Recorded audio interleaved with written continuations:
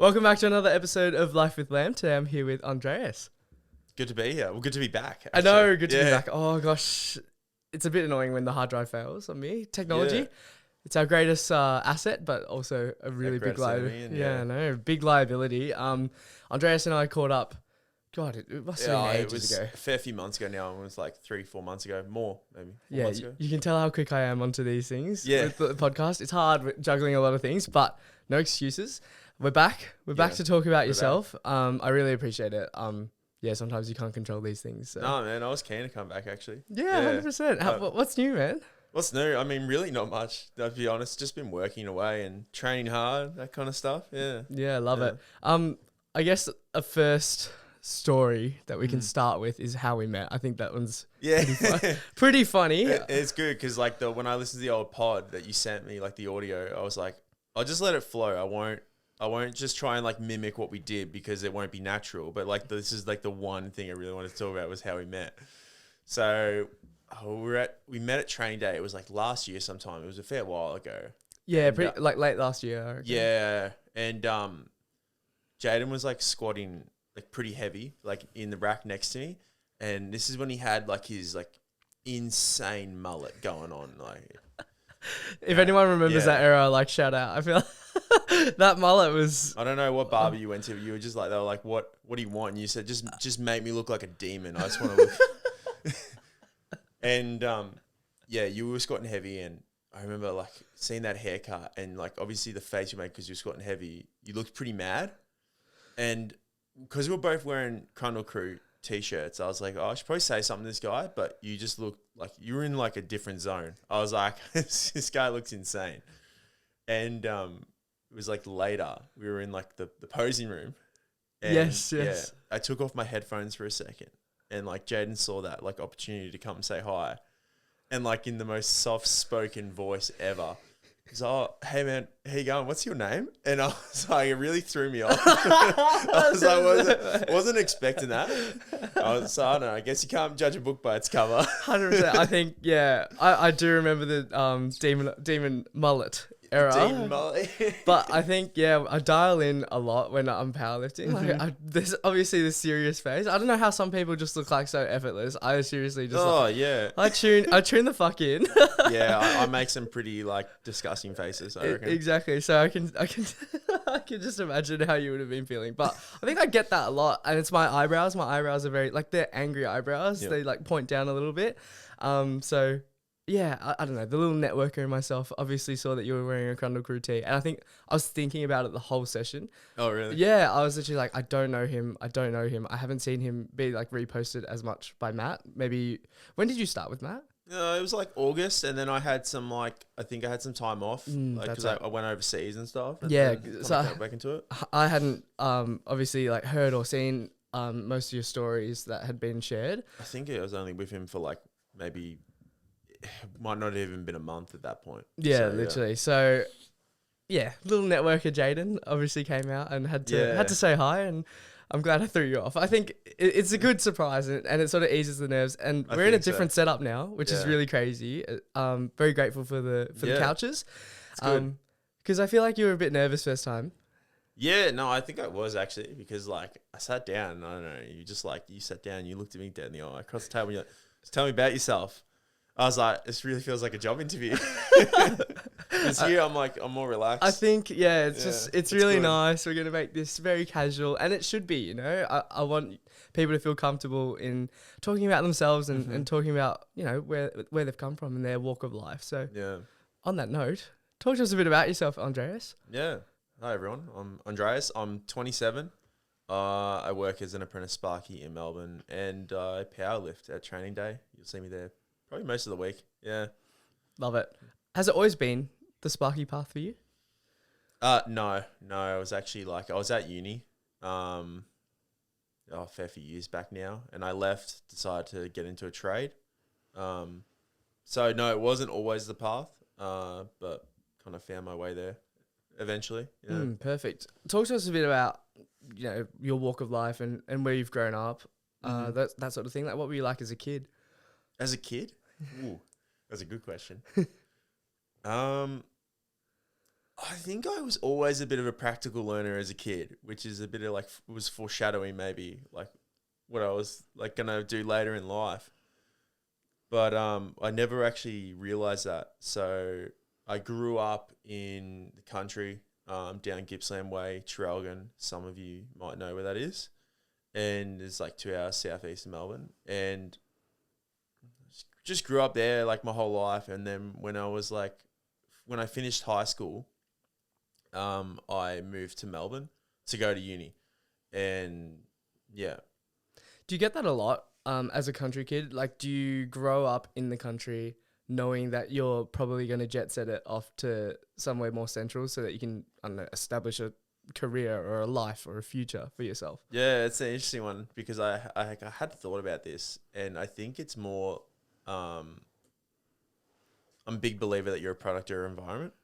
So I think it depends on like maybe what you're pushed, because I have a lot of like great friends who still live down in the valley, and you know they kind of all took like the trade pathway or just got jobs down there or whatever. And then I have a lot of like really close friends as well who all moved to Melbourne at the same time I did, and they all went off to uni and kind of did their thing. So I think it just depends on like your environment. So like my environment, I didn't really know what I wanted to do, and I was very lost my train of thought already. It's all right. Yeah, I didn't know what I wanted to do, but everyone in my family had gone to uni. They were all like an academic of some kind, I guess. So, you know, my dad, my mum, my sister was like, at the time she was at uni. So I just thought, well, I didn't know what I wanted to do. So I like, let's say like maths and physics and science and all that kind of stuff at school. I don't know what I want to do. I guess I'll just go to uni and I'll do these things. So there was no more like thought process than that. Yeah, there would be some sort of term about being a product of your own environment, and what a way to describe it and encapsulate it with your parents and your family. If you see that mum and dad have gone to uni, and then your older sibling. Yeah, my older sister. Yeah, your older 2 years sister older than me. Yeah, and she's just gone to uni, and it's very fresh as well. Of course, you're gonna think that, well, gosh, I should rack my brain and see what I'm good at. Yeah, and pick something at uni, because it's pushed down on us so heavily in Melbourne. Yeah, definitely. And I think I wanted to leave Traralgon too, to be honest. Even like if it like wasn't for uni at the time, I thought that was the only option to leave to go to Melbourne for uni. Obviously, I could have left Traralgon anyway and done other things, but I didn't realize that yet. You know.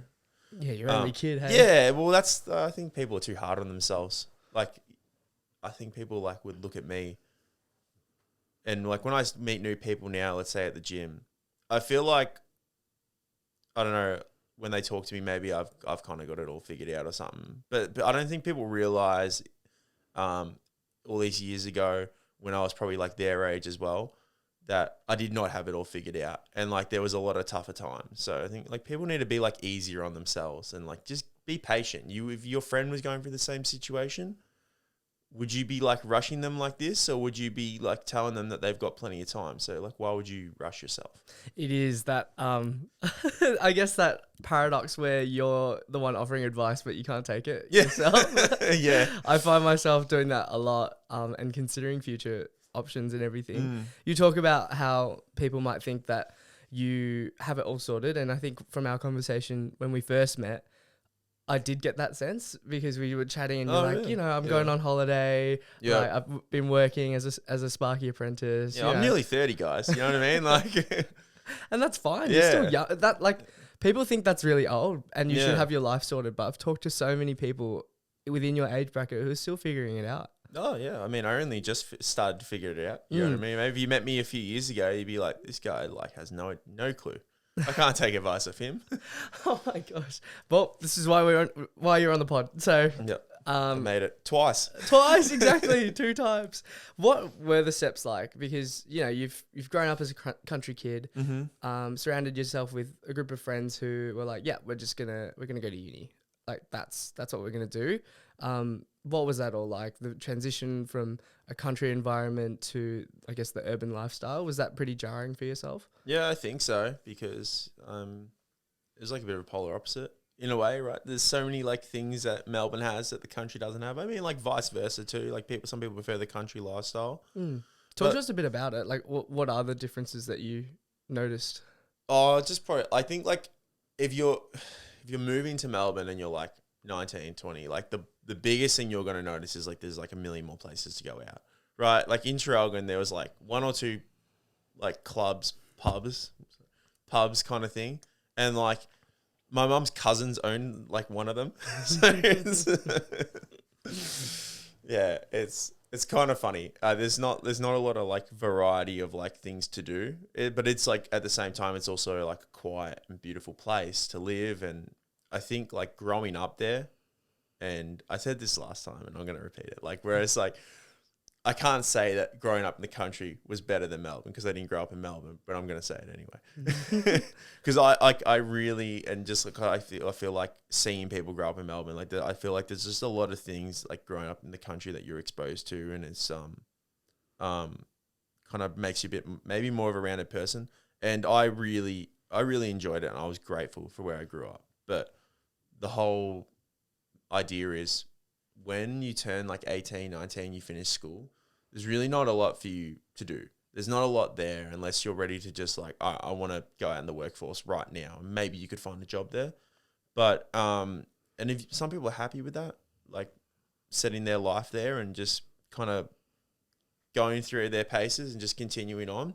And some people kind of want to experience like something else, something more. And like, that's, I think you need to venture beyond your, your radius there and kind of go off into the world. Yeah, 100%. You sort of need to go to different places to find yourself. And I think 18 and those transitionary ages where you're young, you might be going to uni or you might be going into the workforce. But I don't know. I sort of disagree with that, and you should go out and venture and try and find yourself as a person. Yeah. Because I don't know, what sort of a life is it if you're just going to be, I don't know, working away. And there's the argument of... You living to work, you're working to live. Yeah, exactly. That quote or that saying is just like so important. It's like, are you, working to live? Are you like working day in, day out just so you can live, or are you living to work? And I don't know, there's a pretty big difference between the two. I don't know if you find that.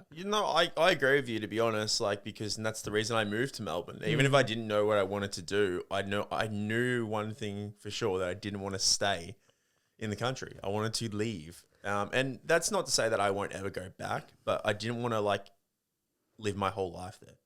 Why was that? Well, it's just like I said, it's like, I think like the biggest thing like as a kid is like it was pretty boring. There wasn't a lot. And I think, like another thing too is like at that time I was like in the mentality of like, I'm going to uni. And I think the idea is if you like leave the country, or like the idea for a uni student is you want to go to like the best uni possible. And that's not to say that like Federation Uni down in Gippsland like is no good. I'm sure it's fine, but like maybe you like, I want to go to the more prestigious uni. Maybe it looks better on my resume. Whether that's like a good or bad thing, it's up to your interpretation. But you could also, want to go to a better uni for your course. And maybe like that is only available in Melbourne. So you need to move.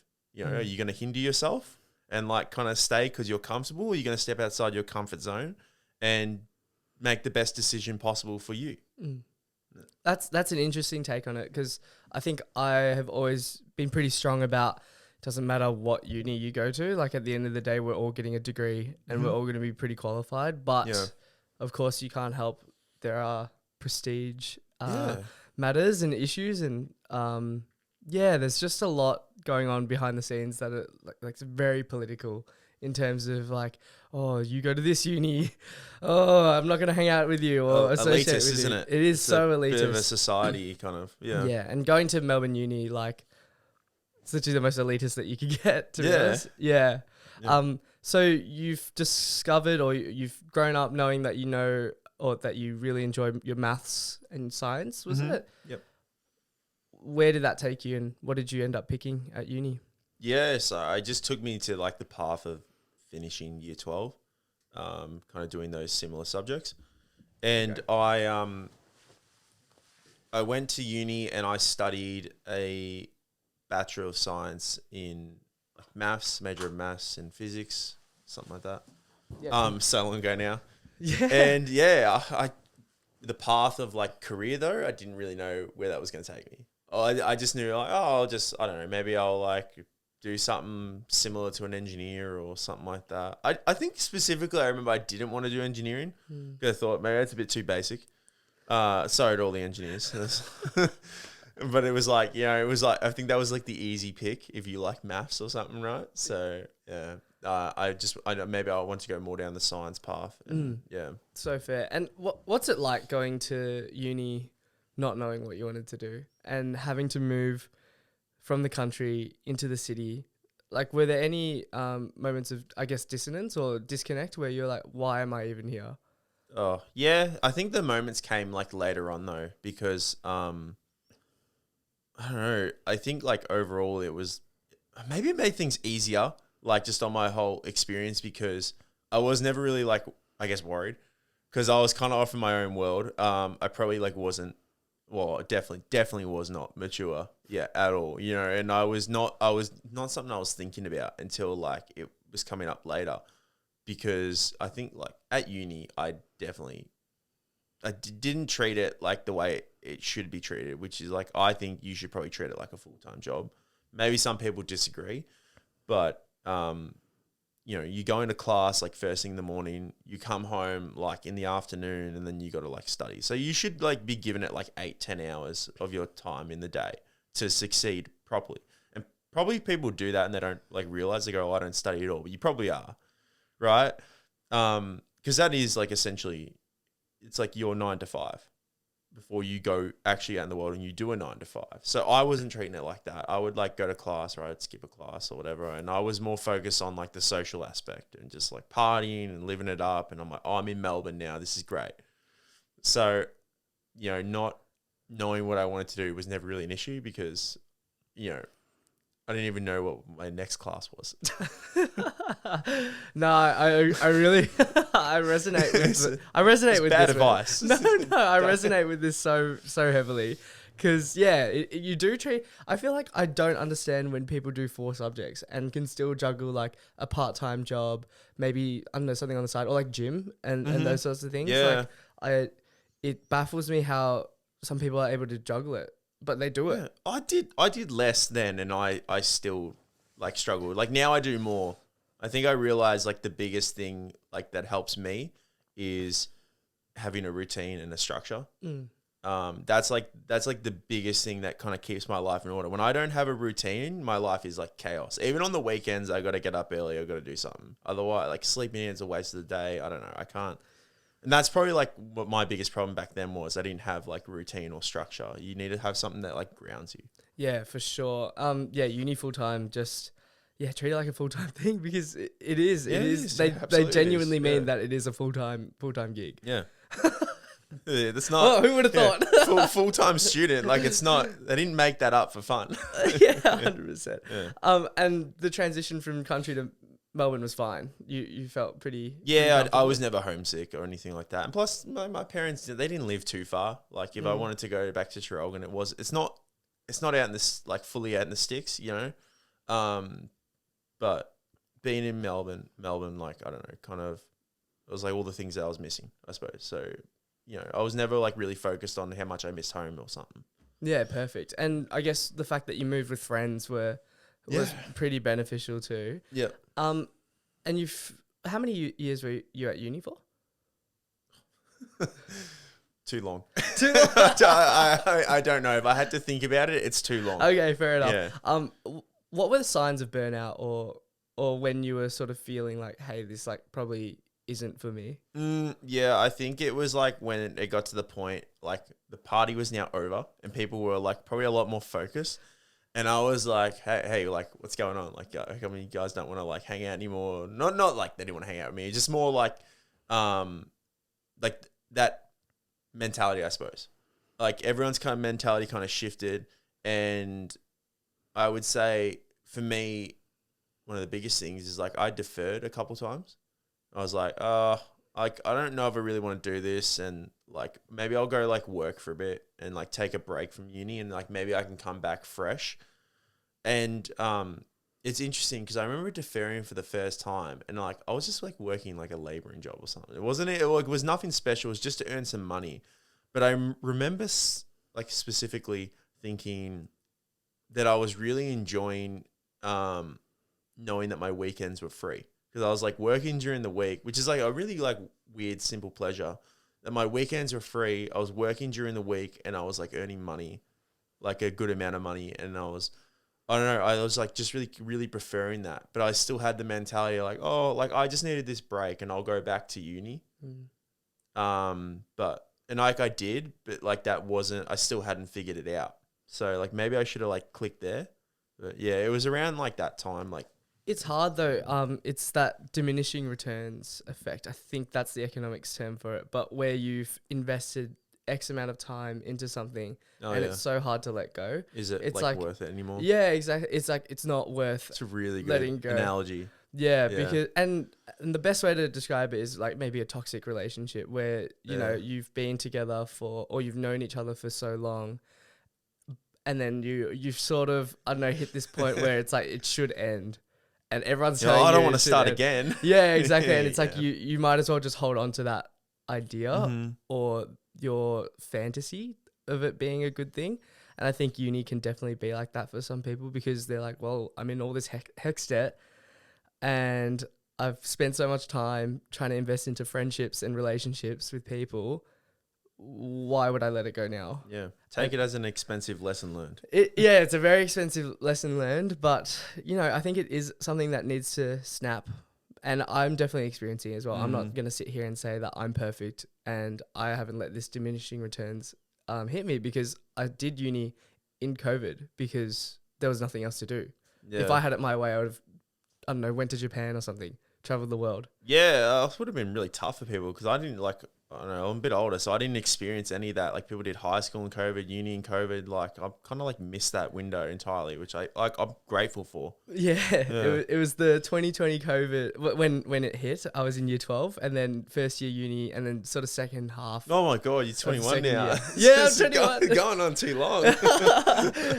Yeah. So, you know, did uni because it was the only thing there. You know, like I'm not going to work because barely any jobs would allow for me to do that. Yeah. And, you know, now we're here, third year, holding on, going strong. Going strong, that's it. Yeah, that's it. So, no, I completely understand. Like, you would have been in this weird limbo where you were thinking, oh, like, I really like this job, but, you know, I should get a real job. Or, oh, I should, you know, pick up where I left off. Yeah, I thought to myself, it's not like a career that I can, like, go on with. And I think, like, another thing that kept me at uni, and, like, this is for anyone that out there is probably like maybe in the same situation. You're at uni and like you're thinking like, if I drop out, I'm an idiot or something. You're absolutely not. Absolutely not. And I had that terrible mentality like for so long. I had it in my head. Oh, what are people going to think of me? No one cared. No one cared. Now I don't even care. It's so long ago in my life that like I just tell people, like I just drop in conversation. Yeah, I dropped out of uni. Wasn't for me. Like it does not matter. Like, and it's funny because I had that mentality leading up the whole way to when I dropped out. And then when I did drop out, immediately it all went away. Like what I was thinking all just dissipated. And it was a huge weight off my shoulders. And all I could think was, why didn't I do this earlier?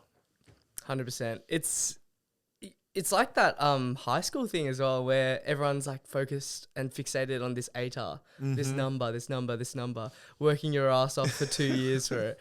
And then you get it, and then you're like, oh, okay. Yeah, it's cool for like a few weeks, and then everyone like goes to uni. Yep. And I don't know, like I don't know, like have you had this experience, but like if people, I don't know, when I was at uni, if someone talked to me about their ATAR, like I was like, I don't know, stay the fuck away from me. It's a bit of a red flag, isn't it? 100%. But it's almost that fixation again on uni and how important it is. Yes, it might be good, but for like, I don't know, career opportunities and things. But at the end of the day, it is a piece of paper. Yeah. I don't know if that's probably going to get a few head shakes, but you know. How much intrinsic value does it have? 100%. And if your heart's not truly in it, like why are you doing it? Yeah, man. I don't know. People like if you're not if you're really not enjoying it, like you should probably consider looking at other options. You know. But that's the thing as well. It's so hard to like find something that you enjoy doing. Like Yeah, well, that's what I was saying earlier. Like, be patient. You know what I mean? Like, you don't just because you haven't got it figured out like this second doesn't mean you're not going to figure it out in many years. So, like, I'm 27, and when I was like 23, I was still. I think that was like the final year I was at uni. I didn't know I wanted to be a Sparky. So that's like good 4 years ago. Where I had no idea. Did you ever felt that you were being left behind? Because, well, where did your friends end up going?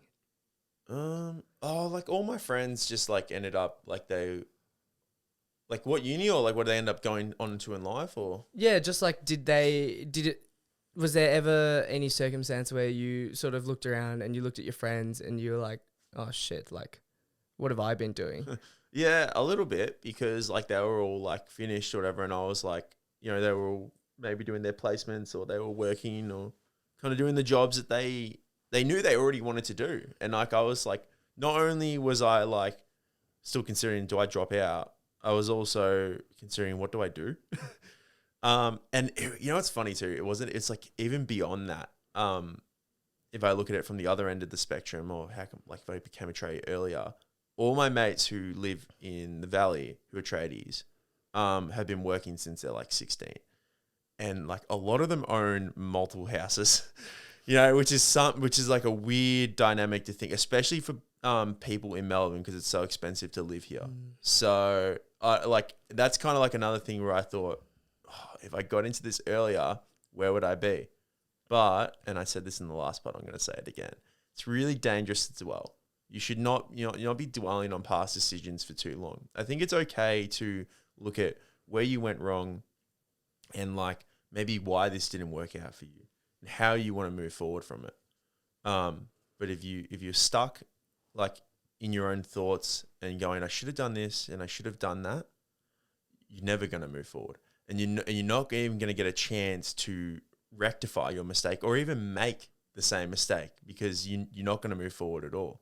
And like I look at those things in my life and I think, oh, okay, well, like I made these bad decisions, but at the same time, yes, it was a waste of time, but at the same time, there were a lot of things that have happened probably because of these decisions. And like, how can I regret all these things? If I didn't move to Melbourne, you know, I wouldn't be here talking to you. I might not have gotten into powerlifting. I wouldn't be, you know, I would never have started playing soccer, which means I wouldn't have met my girlfriend. So like, there's a lot of good things that come from your decisions too. Don't just focus on the negatives. Like I said earlier, stop being so hard on yourself. I love it. That's beautiful. That's probably my clip there. Lovely. It's amazing you talk about like not dwelling on the past as well. It's such a hard thing to overcome. I know we're not all perfect and we're all human and we make mistakes. So yeah, it's just having that mentality of there's still a decision tree in front of me. There's going to be this outcome or maybe a third outcome, fourth outcome. Yep. But it's where do I move from here sort of thing. Yes, you might have fucked up or made a mistake, but it's not the end of the world. Yeah. It's a very short-lived life. Just make the most of it. Like what's the use of dwelling on a single mistake that you've made for X amount of time when you've only got like a certain amount of time ahead of you as well. You make a million mistakes in your life. So literally. Yeah. What were the parents like in all of this as well? I forget to mention, you know, I'm an Asian. You're pretty ethnic yourself, I would say. What are you trying to say? No, not to assume anything, but, you know, I think parents play a pivotal role and they did already, like they influenced your decision to want to go to uni and want to, I don't know, find a career for yourself. And because they did this path, what was the conversation like for you? I think actually when I wanted to drop out, they were probably actually kind of supportive of it. Surprisingly, which doesn't sound like something like it, I don't know, not the narrative you would expect, right? But I think like more so they were like, because they were with me that whole journey. They looked at my situation and kind of thing, and they're like, oh, like yeah, maybe just uni's not for you or whatever. Like I think they realized that like maybe you would like kind of destined to be something else. So it wasn't too bad. I think they like definitely like helped me a lot. My dad, like especially with I don't know, like the old dad wisdom, I suppose. Trying to like just offer real world advice and solutions, I think was like the best thing. They weren't just offering advice. I think they were trying to give me solutions. So like when I dropped out, they weren't too bad. I think they were actually pretty good, to be honest. Yeah, that's awesome. Did it ever sort of wane on you, or did you ever get really sort of, what am I trying to say? Did you feel like you let them down? Nah. No. I think maybe I was like hard on myself. Like maybe like I felt like I was letting myself down or something like that. But no, not really. No. I guess talk to us a bit about the stages after you dropped out. You were still sort of in Melbourne, or were you back and forth between homes? Like, what was that whole situation like? Yeah, so I think it was around like 2018. Long story alert here. It was like 2018, and I I was having that thought of, should I leave? And I hadn't left yet. And you know, like when you're getting to that point later on in your degree, and this subject becomes a prerequisite of this one and so forth. And then, but we only hold this subject in semester one. And then the semester two subject is like, you needed that semester one as a prerequisite. So Classic. it was getting to the point where it was going to take me a while. And that's when I was like seriously considering leaving, like for good this time, or doing something else. Like what did I want to do? And I remember when I was like 16, I had like this thought of, well, if I was going to get into a trade, it would be a sparky. I didn't want to be like a chippy or a plumber or anything like that. And I went and had work experience with sparkies at like high school, when you do work experience like year 10. And it wasn't like the best experience, which is probably like maybe why I didn't consider it all that time later. Because I remember specifically it was like a freezing cold day. And like we're working on this factory, and there was like this empty shipping container outside just like sitting in the mud. And it was bucketing down rain, and like that's where we were having our lunch, inside the shipping container. The classic tradie thing. I was sitting on like a bucket or something, and I was just eating like this cold sandwich, and I was like, oh, this is horrible. I want to go back to school. I don't want to be here. Like I want to be inside a warm classroom. And so, but I don't think I appreciated like what hard work was, because I've definitely had a lot of lunches like that now, and I've loved it. So, yeah, I didn't appreciate it. So that's probably like why I didn't consider it until much later. And so, yeah, 2018, I had this thought, well, if uni's not for me, like maybe I'll give being a sparky a go. Like maybe I'll just try it. Like who knows? Like I'll see if I can get a job. And I was pretty naive, I thought. So like in terms of, I'll just get a job. No, it does not work like that at all. Like, yeah, no, it's fine. I'll just try this now, and then if it works out, I'll just do that. Like, terrible mentality. So I thought I'll try and get a job, and it didn't work like that at all. Like I couldn't find an apprenticeship, and I spoke to a lot of people who said it'll help if you do the pre-apprenticeship, which is like a 2-month like full-time course thing at TAFE. Like just goes for a couple months, and it gives you like a bit of background knowledge in electrical, and it basically sets you up. Like if you have this, like you're a lot more likely to be employed. And so I didn't get the job, like, or any job, and then like 2019 kind of rolls around, because I think that was like close to the end of 2018. 2019 rolls around, and my lease runs out in Melbourne, and I was like 23 at the time. You know what I mean? Like I didn't have a partner at the time. So I wasn't like living with Chantal how I am now.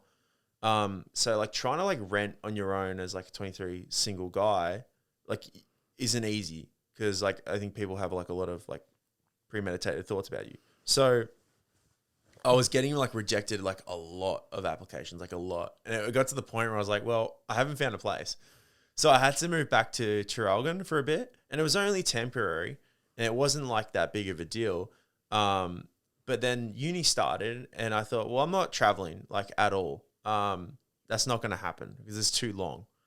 And I started to do it online, I guess like the whole Zoom thing, like before COVID, right? So like I would like watch the lectures, like I think like I would like wait for them to be uploaded and I would like rewatch them because they didn't do it live. That's how it was.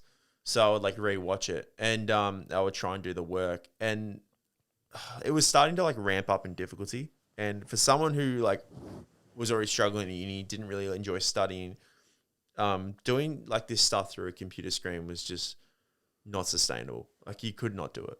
And census date was coming around and I like told myself, I'm like, well, I think I'm just going to defer to be safe because like I said, like, okay, it might be like, that's like a semester deferred. Yeah. It's like a bit of waste of time, but it's better than like failing subjects and like racking up more debt and this and that. And so I deferred, and then I realized that the pre-apprenticeship, like at TAFE, it was free.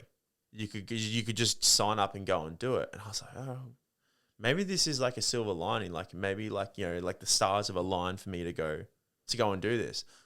So I went and did it, and I just never looked back. Like when I got there, like day one, I immediately fell in love, and I was like, this is what I've been missing. Like this is the whole time. I had no idea what I wanted to do. I knew immediately like this is what I want to do. And like now I've got to like make it my reality somehow. So it was like, that was like I had all these like thoughts about dropping out. They all went out the door immediately. Like as soon as like I started doing that course, I dropped out. Like after the first day, I think I just literally I went online and I dropped out. Amazing. That's how quick the decision was. Far out. Big story. Yeah. But it's like gotten you to where you are today. And yeah, sometimes it takes that silver lining moment or that oh shit moment where everything just makes sense. Yeah. I think as we're so young and push this narrative of uni, job. Yeah. It's really hard to be able to take the step back to find that. And it's really lighting me up that you have done that. Lighting me up talking about it again. 100%. Such a happy moment like I guarantee like everyone listening, if you haven't like had that moment, you're going to have that moment where you realize what you want to do. Well, talk to us about I mean, I think the listeners can sort of interpret your story in terms of like, you've always wanted to venture out and do something a bit different outside of the country. And then you've come and sort of felt maybe not isolated because you were still with your friends, but, really lost because you go into uni, and uni is this place where you pick a certain specialty or bachelor's, to do. And it's very specialized. And I think you can't be pushing that specialization on children. Yeah, it's a weird one, isn't it? Because I wouldn't I don't know, like when I have a kid, if my kid like really had no idea what they wanted to do, I might just tell them to hold off uni for a bit. Like you don't have to go straight away. Like give yourself a year. Like you're not gonna like look at me. Like like I had all that time at uni where I said, "Oh, how long are you there? Too long." And then I got into a trade like all these years later. Like you're gonna realize. Like I think when you're like 20, 21, you think like, oh, like I got to get it done like on time. Like I can't waste any time. And then like when you get to like your later 20s and your early 30s, you're probably gonna meet people who are like have literally just started a new career pathway. So it's gonna put things in perspective. You're gonna realize you have a lot more time than you think on this planet. So, you don't have to have it all figured out straight away. Yeah, it's interesting. And it goes back to that conversation about you're a product of your own environment, and how can you as, I don't know, a future parent, if that's something that's on the cards for you, as a future parent, how are you going to educate or support your kid, because it might be in your best interest as a parent to be like, yeah, go to uni, like it'll be good for you. But at the same time, it's a very, specialized environment. You have to sort of go into uni knowing what you want to do and knowing that you want to come out of it with this piece of paper and where you want to go, which is so daunting as a kid. Yeah. You are not taught how to navigate that. And you might have that. And exactly. Then you might change your mind at uni. Yeah. I've met so many people who were like, I don't know, a year off their course and they're like, no, I changed course. Yeah. So it's interesting because I know I preach like, oh, you don't know until you try, but it's a very expensive try as well. And then I guess you don't really know unless you try going through uni and then find this moment where you're like, well, I don't really enjoy doing this, and then swap. do you remember what you said last time? No, I don't. Someone gave you a quote. Better an oops than a what if. Yes, better an oops than a what if. What a quote. That's a really good one. That's 100%. that's resonated with me ever since we last spoke. Serious. It's a really good one. Yeah. It's true though. Like, better to I don't know. I'm sort of stuck in between two minds at the moment because Oh really? You go to uni and it's like, oh, it's better to go to uni than be like, oh, what if? But uni's always there. It's better like to just get everything right the first time. But in an ideal world. Yeah, but that's just literally me saying it's better to just be perfect. Just don't make any mistakes. You know what I mean? So you're gonna make mistakes. So like, what would you rather going like, that was a mistake, or would you rather going, oh, what if I did this? And I think like the latter is worse. At least I think so. Yeah. Well, what has it all been like? When you look back, 27 years of your life, do you have any regrets? Any regrets? No, I don't think so. I don't like to dwell, like I said, you know what I mean? Like there's things like, okay, maybe like I should have done it like this or that. But you can't. You can't change it. I can't change it. Why be upset twice about it? Exactly. I'm not unhappy with really like any of my decisions. You know what I mean? Like it's molded me who I am, and I'm happy with myself. 100%, and that's all you could ask for, really. Yeah. Happiness. Mm-hmm. Exactly. And the Sparky sort of domain and realm, what's the sort of juxtaposition between, look, I'm at uni, I'm trying to get this piece of paper, to Sparky? And I'm sure listeners would have just, I don't know, there would have been some sort of connotation where they're like, oh, Sparky, like trade work, Yeah, it there's this stigma, has that undertone, right? doesn't it? Like you think maybe like tradies are dumb or something like that. But like, I don't know, in my experience, it's like the complete opposite. Because like if you're in a trade, let's say you get into a trade when you're like 16 or something like that, and you're qualified by the time you're like your age, right? That's really young. You could be like running jobs on your own, and like people working under you and like coming to you when something goes wrong. You're leading everyone on site at like a really young age. So like traders are actually usually like pretty switched on people. You just like, it's not something that you would like maybe expect. You don't see their professional side, I would say. You might see them in the pub on a Friday night or something, talking a bit of nonsense. So that's the stuff that you don't see. And I like tradies are like really like big problem solvers. Cause you got to think on the fly. Like every day at work I get like, I'm looking at like plans and stuff like that. And I'm like, deciphering plans like to install stuff, basically to build a home, to build a apartment, whatever.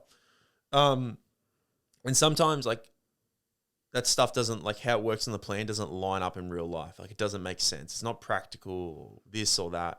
You have to think of stuff on the fly, because every place is built differently. You need to think of stuff as you go to like come up with a solution. So tradies are really good problem solvers.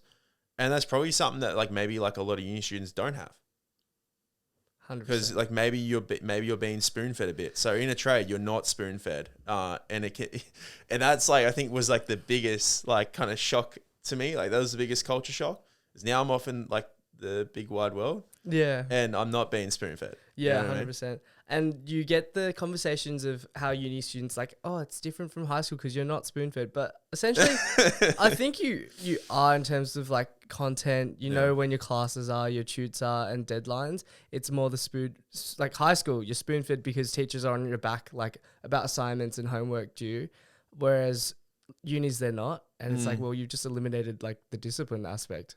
Like you can still, you're still spoon fed like content, whens, assignments, due dates and everything. So it's still like, you have these guidelines and stuff. Whereas I can imagine in your trade, like, yes, you have this plan, this almighty plan. Like, I don't know, say in real life, we all have this almighty plan, but it doesn't go to plan. This is like, I've definitely gotten this one before where it's just like, something just isn't working for me. Like at work, I can't figure it out. And I've asked someone and like the response I've gotten, well, that sounds like a you problem. like whose problem's that? You know, like sort it out. You know? And it's like I don't know. It's real tough love, I suppose. Like, it makes sense. Like you need to sort it out. Like like you can't just have the mentality like when you're in a trade, like I can't do this, because then how's the job going to get done? You need to figure out a way to do it, and no matter how tough it is, like you just like there's so many times you're like trying to feed a cable down the wall and you can't do it, and maybe you get your boss to help you out or whatever. What if like they're not there? You need to do it. Yeah. You can't just like walk away from the job, tell the client, no, couldn't do it. Sorry. That's not how it works. You know? That's very true, actually. Amazing. Yeah. And yeah, I guess like it sort of eliminates this stigma, because I think there is one where, you might look down on people who go to TAFE, or people who like don't go to uni and don't do this like big degree and go into their 9 to 5 job. Like, what do you have to say in response to that sort of connotation? Oh, I won't say it on the pod. You won't say it on the pod? No. No, I think people need to maybe get in touch with reality more. I think a little bit. You'll realize like maybe like once you leave uni and you're like off in the workforce as well. It's probably like the similar scenario of like when everyone was obsessed with their ATAR in high school, and then they went to uni and then no one cares. And then it's probably going to be the same thing of like what uni you went to and how you did in uni and this and that and then you get to the workforce, and probably no one will care again. You know what I mean? People just want results. People want the job done. You know what I mean? They don't really care about what your ATAR was or something like that. So it's the same thing with like uni and like a trade or whatever else. Like we're probably like like if you're an engineer or something like that, you and I like are probably going to work together at some point. So like why be enemies? It's true. And there are always jobs to be done, like you have to have people in these positions to do it, because I don't know who's going to fix your broken light bulb or those sorts of things. Yeah, exactly. Yeah, I love it. I don't know where to go from here. Yeah, we can talk about I guess the good and bad parts of the trade and that story if you want. Yeah, perfect. Yeah. What does a day in the life look like for you? Like, what have you found to be the good sides and the bad sides? Yeah, so a day in the life, I'm usually up like, I don't know, 5:45, 5:30, something like that. And it's funny, right? Because when I was at uni, I had like 8 a.m. classes. I was like, oh man, like what is my life? This is horrible. Like I was struggling to get there. And then like now that I'm like working and I'm like waking up at an even earlier time and I'm starting work earlier than that, I'm like jumping out of bed. And that's like a good thing. Like I'm really excited when I get up to go to work, even at that time. I might be tired, but I'm excited to get in the car, go see all the boys at work, whatever, what we're doing today.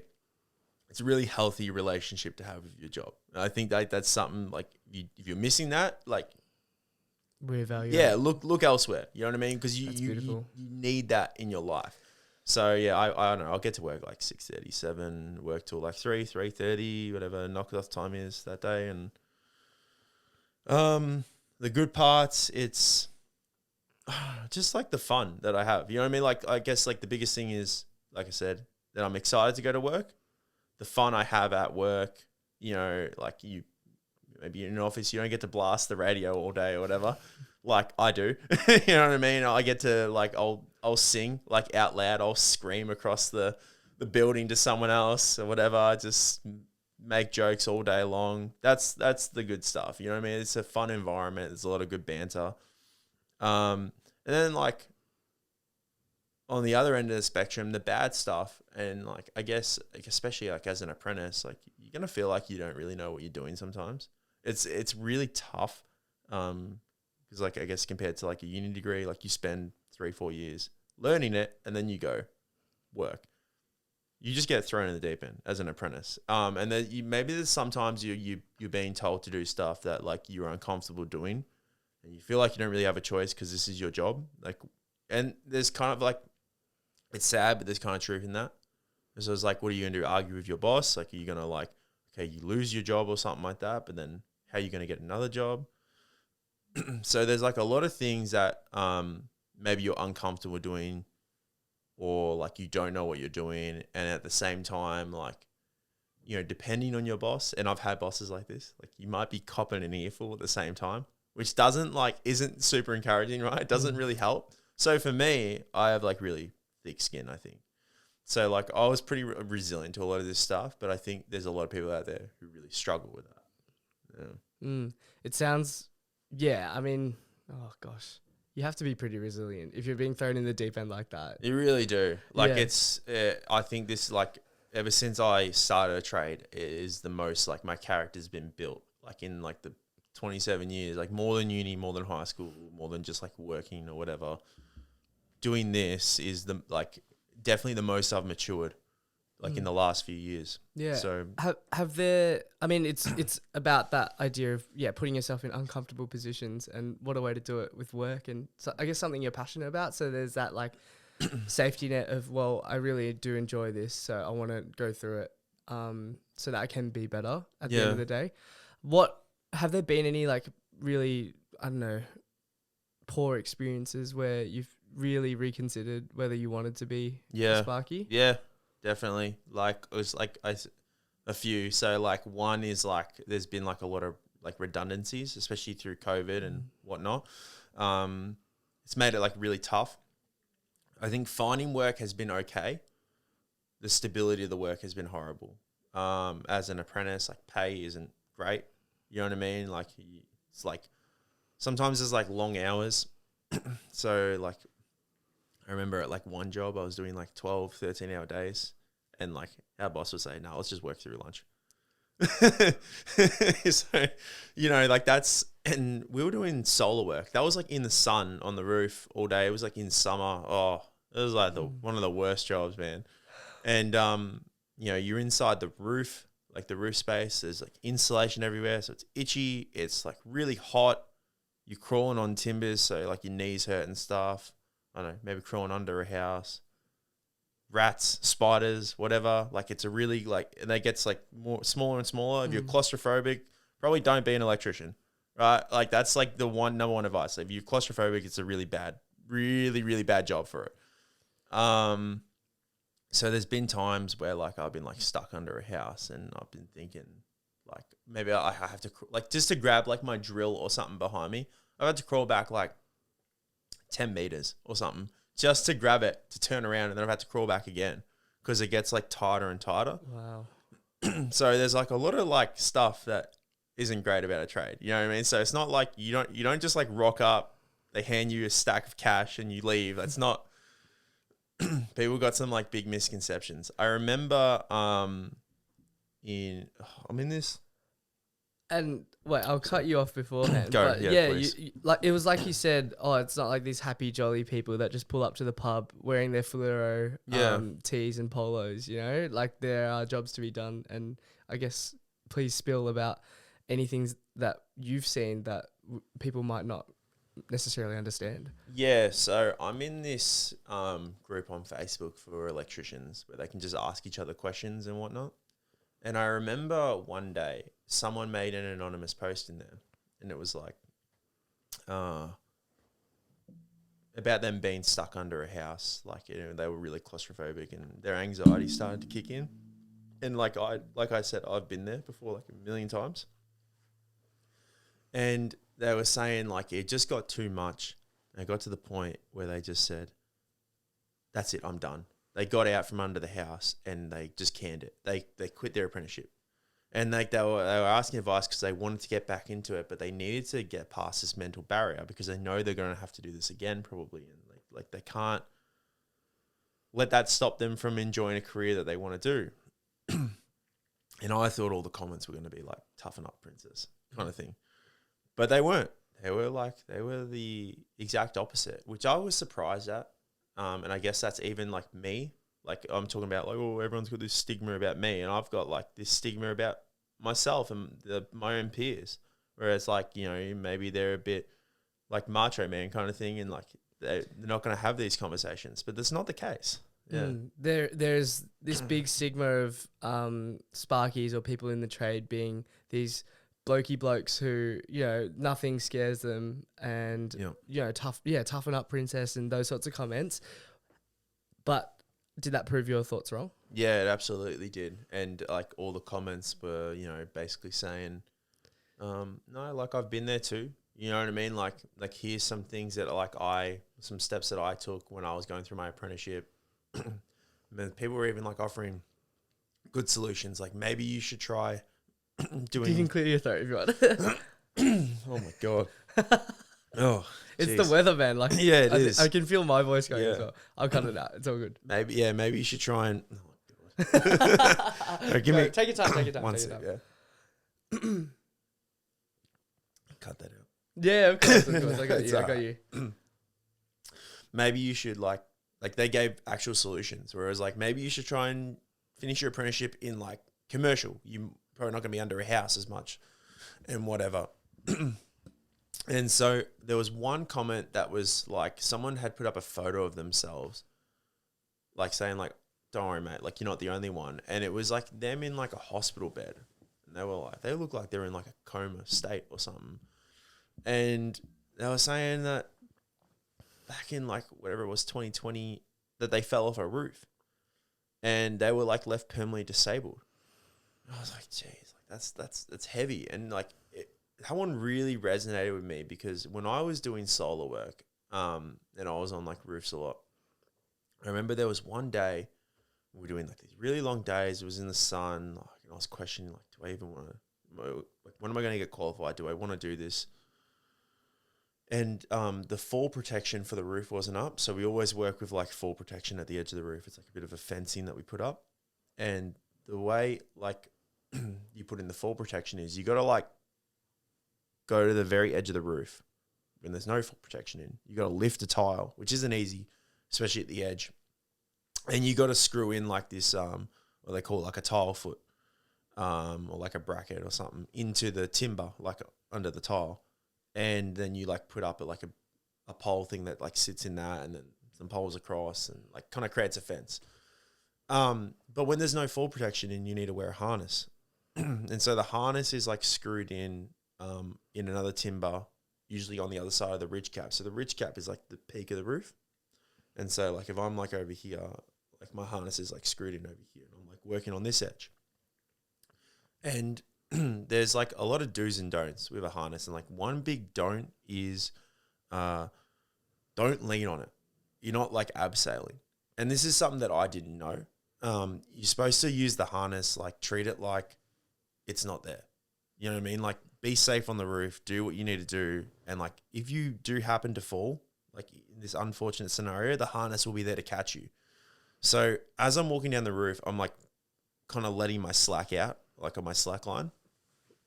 And I'm like letting no slack out, basically. Like I've got it really tight because I'm like a little bit nervous around heights. Like it's not like completely debilitating, but I still get a little bit nervous. And like the roof can be kind of slippery sometimes, and you got all your tools on, your tool belt, like it can be kind of heavy.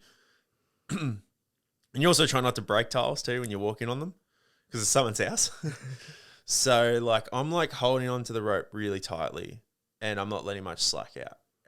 And because the slack is like over the other side of the ridge cap, it's actually pulling up and I can't see it. And I remember like as I'm like kind of leaning, walking back towards the edge, which is a really big don't, the rope that was caught on the ridge cap kind of just like came free. And all the slack that was pulling up that I didn't know was there just came over the other side. Like, and all my weight was like this, and I just fell backwards. And I like pretty much I went to the edge of the roof. And this is like a 2-story house, and there was no grass below. It was all concrete. And like I was like, even talking about it now, like my hands are getting shaky, sweaty, and like I looked over the edge.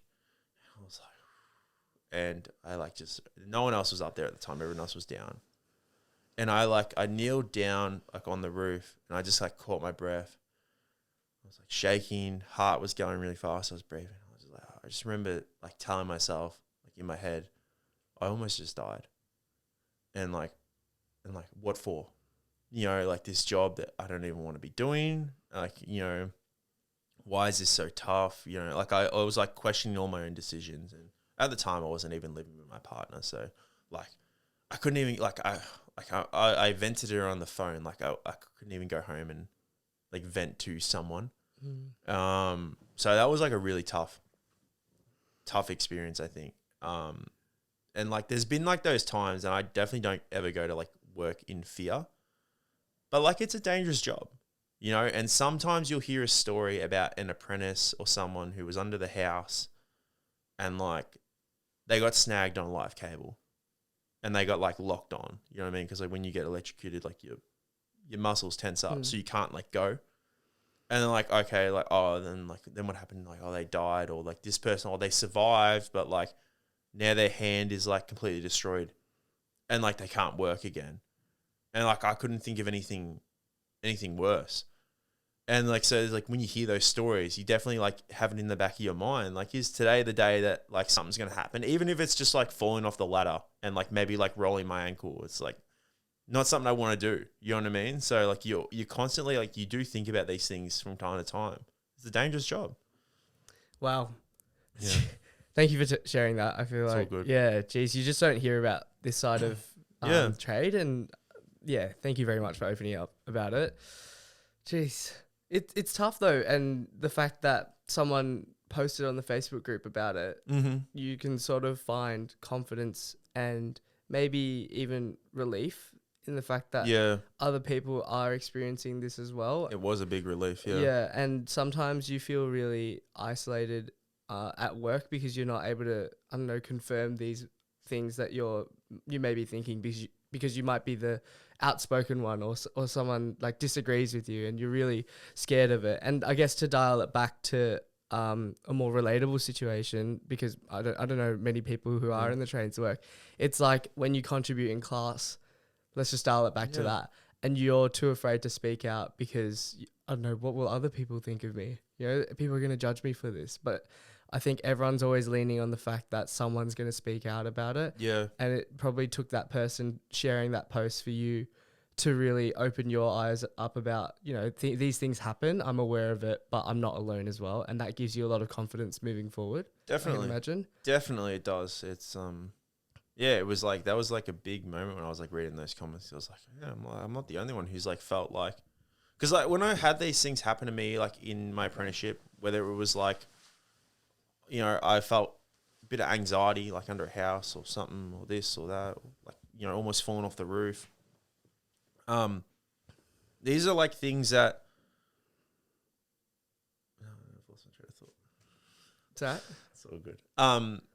These are things that like I thought like I was like alone in. Like, you know what I mean? Like when I had these things, I thought to myself, oh, well, like just get on with it kind of thing. Because like, you know what I mean? No one else is having these problems. You know what I mean? So just get over it, move forward, get the job done. But no, I was completely wrong. Like people are having these experiences. You know what I mean? You're not the only one. It's a big world out there. So like, don't be hard on yourself. That's like the thing I'm going for this pod. Do not be hard on yourself. I love it. Yeah. Andreas, it's been a pleasure chatting to you. I feel like an hour's flown by. Yeah, definitely. It has been a good hour. Is there anything you want to leave with the listeners?